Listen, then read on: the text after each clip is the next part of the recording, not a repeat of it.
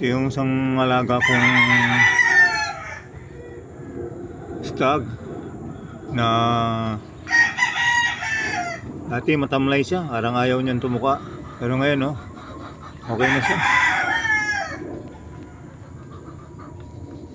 Parang naging problema ko nito dati, ang hirap matunawan. Umaga na puno pa yung botse niya. Ngayon nga, sabi ko ka boss ko na ganun yung isang alaga ko, Boss Eric,